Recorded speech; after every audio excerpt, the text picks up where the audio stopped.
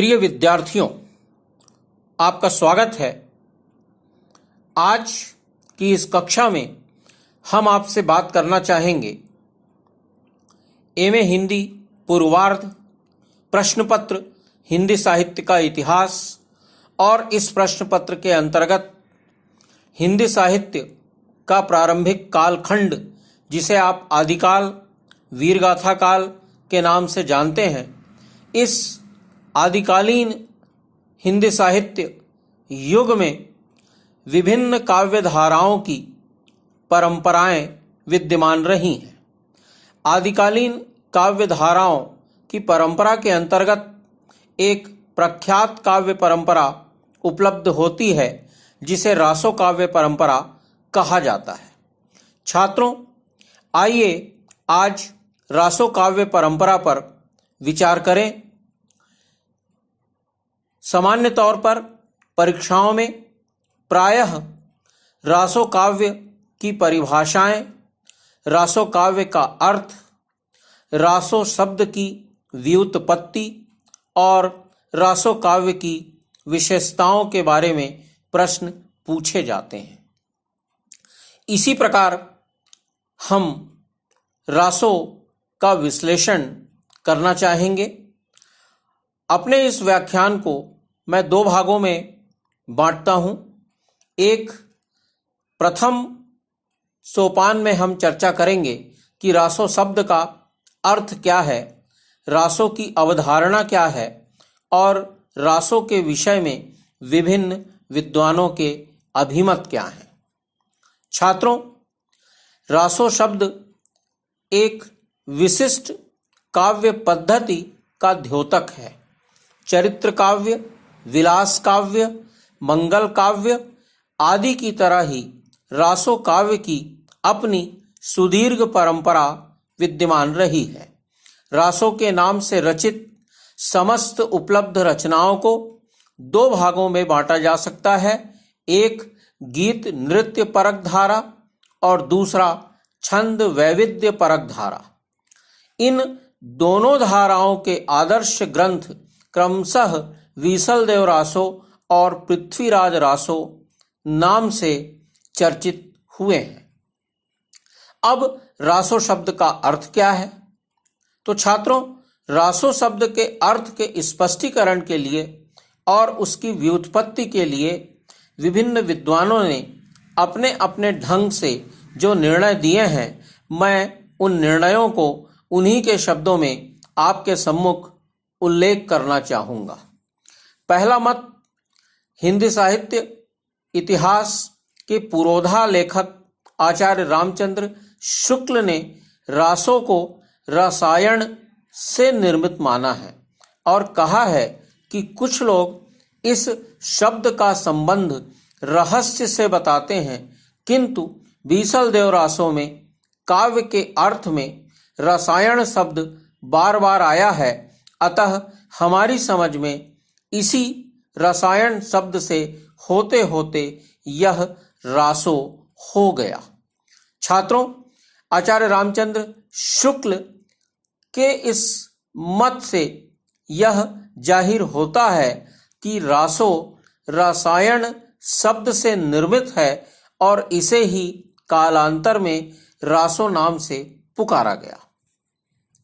इसी प्रकार एक दूसरे लेखक नरोत्तम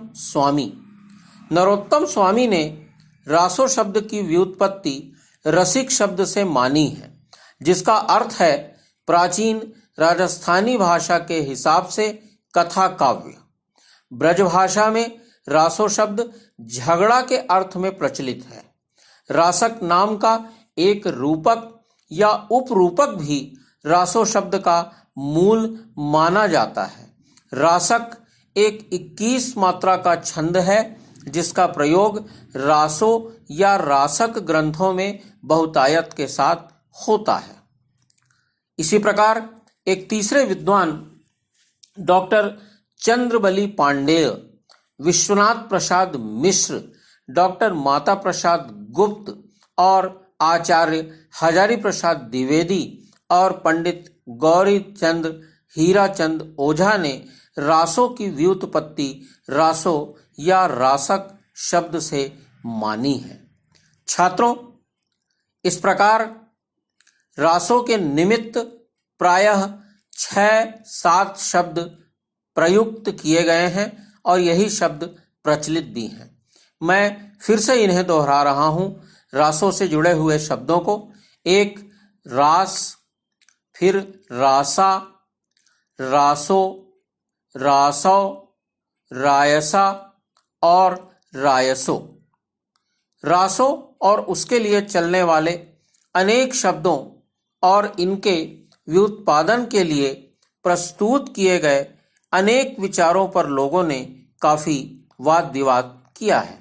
निष्कर्षतः रासों की व्युत्पत्ति रासक से ही स्वीकृत मानी गई।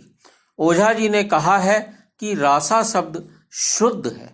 रास के ध्वनि, क्रीड़ा, विशाल गर्जन, नृत्य और कोलाहल आदि रासक के काव्य के अथवा दृश्य काव्यादि अर्थ प्रसिद्ध रहे हैं।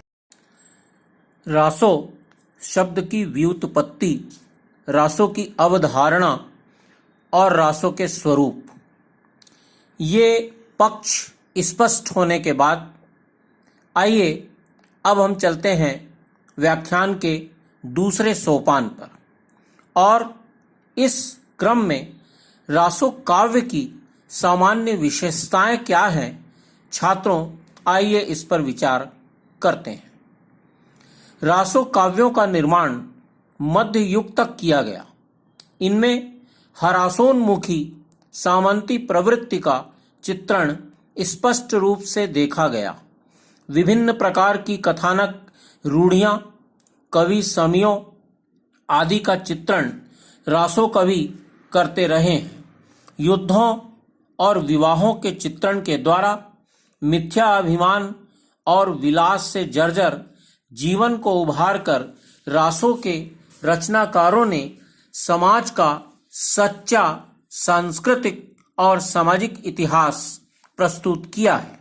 इन रासो ग्रंथों में इतिहास के सन और संवत भले ही अशुद्ध और भ्रामक हों, किंतु सामाजिक जीवन की झांकी के भरे पूरे चित्र अवश्य मिलते हैं। तत्कालीन इतिहास के गवेषकों के लिए रासो काव्यों का विशेष महत्व है। रासो काव्य की सामान्य विशेषताओं को 5-7 बिंदुओं में निरखा परखा जा सकता है। पहला बिंदु है रासो काव्य की विशेषताओं के रूप में कि रासो काव्य में आश्रयदाताओं की अत्यधिक प्रशंसा मिलती है और राष्ट्रीय भावना का अभाव मिलता है।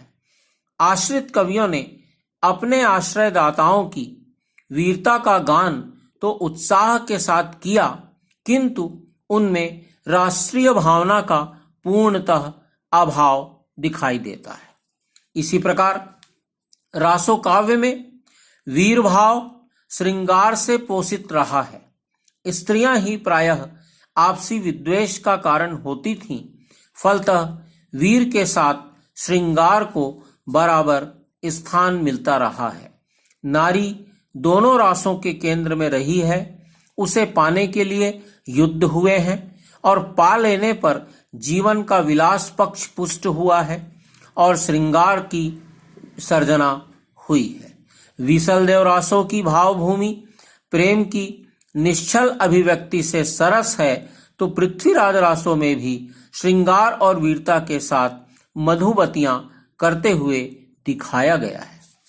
इसी प्रकार रासो काव्य में प्रकृति के मनोहारी चित्र भी अंकित हुए हैं। विसलदेव रासो व पृथ्वीराज रासो इसके सबल प्रमाण हैं। इनके रचयिताओं ने प्रकृति के रमणीय चित्रों से भाव चित्रण को सौंदर्य प्रदान किया है। 12 मासों व ऋतुओं के प्राकृतिक चित्र संयोग और वियोग में उद्दीपन का कार्य करते हैं। छात्रों, इसी प्रकार रासो काव्य में युद्धों के सजीव और सरस वर्णन प्राप्त होते हैं। सेना युद्ध की साज सज्जा और आक्रमण प्रत्याक्रमण का वर्णन और चित्र और व्यंजनात्मक शैली इस काव्य की अद्भुत विशेषता है। इसी प्रकार ऐतिहासिकता की दृष्टि से रासो काव्य में ऐतिहासिकता पूर्ण रूप से सुरक्षित नहीं रह पाई है। अतिरंजित वर्णनों के कारण कल्पना का समावेश अधिक है, परिणाम स्वरूप इतिहास का पक्ष दब गया है। इसी प्रकार रासो काव्य में भावों का उत्कर्ष और वस्तु वर्णन की प्रधानता अधिक मिलती है, तथापि कहीं कहीं ऐसे वर्णन नीरस और उबाऊ भी हो गए हैं। इसी प्रकार रासो रचनाओं की भाषा प्रायः डिंगल रही है, क्योंकि वीर भावों की अभिव्यंजना के लिए यही भाषा उपयुक्त मानी गई है। रासो काव्य में छंदों का वैविध्य भी दिखाई देता है।